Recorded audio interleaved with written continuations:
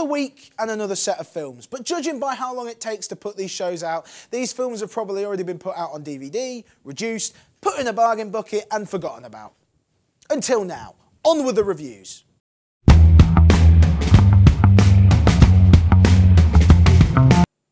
Edge of Darkness is a film that couldn't be more let down by its advertising campaign. The trailer that will be in fact playing over this review is one of the most misleading trailers I have ever seen. I always say never listen to trailers anyway, but it's kind of hard not to when you have Mel Gibson shooting and fighting for vengeance, blasting in your face to dramatic music.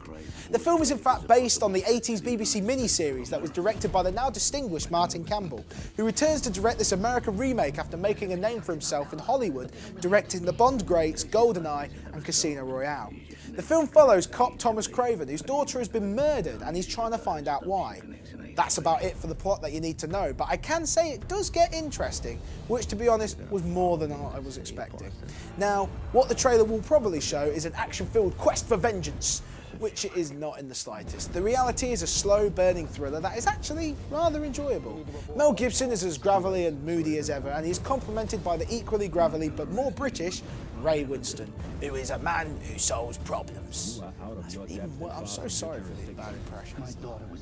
The fact you know his daughter will be killed at some point in the film is addressed brilliantly by just killing her in the first 5 minutes, meaning the rest of the well-paced plot is a major mystery, which is in fact the whole point, and one of the things the trailer doesn't give away. Overall, the film was surprisingly watchable and rather enjoyable for the most part, which means there isn't much else to say.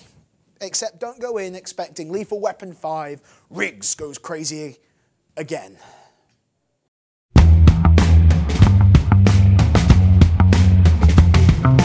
This was a film I've been waiting for ages to see. It had the perfect formula. Peter Jackson going back to his Heavenly Creatures days, based on a highly accoladed novel with a promising cast. The film follows the events after the murder of Susie Salmon. Like the fish, as she always likes to point out. You see the family go crazy with grief, the guilty party trying to cover it up, and Susie herself in a limbo-like world, unable to move on until her killer is brought to justice. Sounds great on paper, but unfortunately, despite the perfect formula, it doesn't quite work. My main problem is that the film is incredibly uneven, with moments trying to make you feel sad at Susie's death, then showing how amazing her little world is, then showing the dark life of the man that killed her.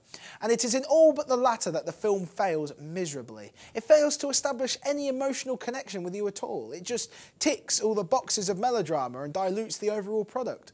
On the other hand, the scenes involving Susie's murderer, played by Stanley Tucci, are perfect in every way, giving some of the tensest scenes I have ever experienced. Tucci is absolutely stellar in his role, creating a villain as uncomfortable and as sinister as Christoph Waltz's Jew hunter in Inglourious Basterds. You married? I was, yeah. But you have kids? No, I wish, but... You mind if I take a look? No. I make everything myself. Really? Oh, yeah, all this. I turn all the banisters myself and make all the shingles and the furniture and... I used to do cabinet making, but there's not much call for that these days. Maybe I spend too much time on these things, but... It's a perfectionist in me, I guess.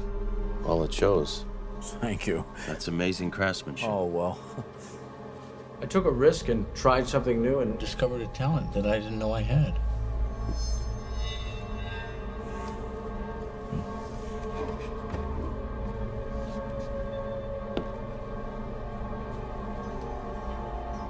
What's that underneath the stairs? Oh, that would be the basement. It's moments like that that pretty much save the film from the pit of crap it mostly falls in. The rest of the cast are lacklustre at best, with Susan Sarandon just playing the mum in Igby Goes Down again. Mark Wahlberg is moderately neato as Susie's mourning dad, as is the barely seen Rachel Weisz, with the younger cast giving, in fact, the mildly better performances of the bunch, but still nothing to write home about. With the exception, in fact, being Saoirse Ronan, who fits her role like a well-acted glove, although her voiceover that covers a lot of the film feels not only out of place, but just annoying most of the time, with her always talking like she's half asleep. Which makes sense considering the content, but it just falls flat on its dreary face. Jackson's direction does have its moments with the aforementioned killer scenes, but also with most of the fantastic-looking real-world sequences that are overshadowed by the massively shallow other-world sequences that chose to be flashy and pretty over any significance to the film. This film was my first major disappointment of this year, just showing that even the best can have days as bad as Susie Salmon. Like the fish. That is it for this time, with both films being completely different to how I imagined them. So I guess what I learned this week was that you should never judge a book by its cover, or a film by its trailer. See you next time.